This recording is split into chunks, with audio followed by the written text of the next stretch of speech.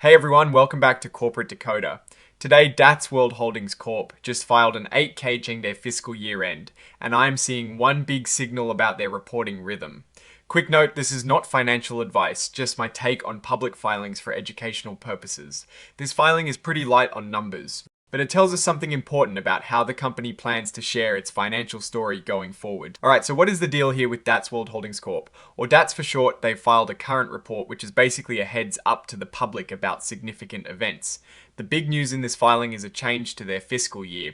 Normally, companies have a fiscal year that ends on a certain date, and then they report their full year results. So, what does this mean in plain English? Their financial year used to wrap up on the 30th of June.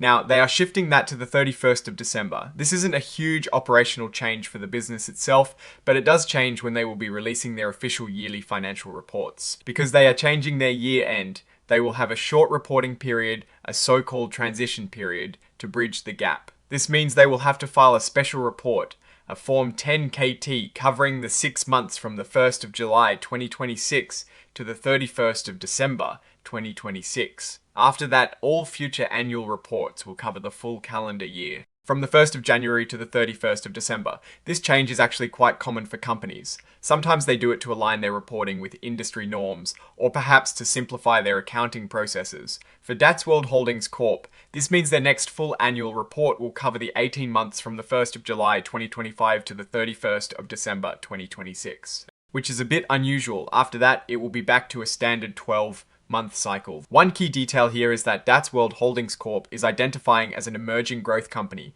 This is important because it means they can take advantage of certain regulatory flexibilities. For example, they have the option to delay adopting new or revised accounting standards.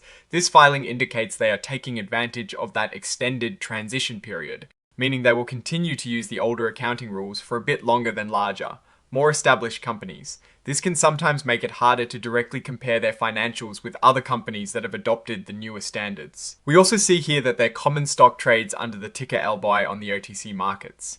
This is important because it tells us it is a smaller company not traded on the major exchanges like the NYSE or NASDAQ. Companies trading on OTC markets often have less stringent reporting requirements than those on major exchanges, which is why we see filings like this, which are primarily administrative. The report is signed by Anthony Bell, who holds multiple key positions in the company: Chief Executive Officer, Treasurer, Secretary, and Director.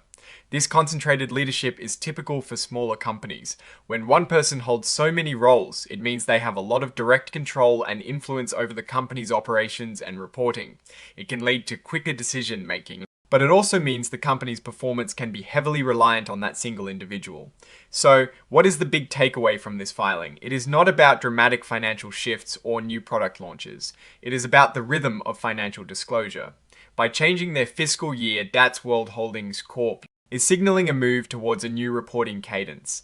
This might be in preparation for future growth or to better align with their internal operations. While there are no juicy financial numbers to dive into here, the fact that they are filing this transition report and are electing to use the extended transition period for accounting standards tells us they are operating under the umbrella of an emerging growth company.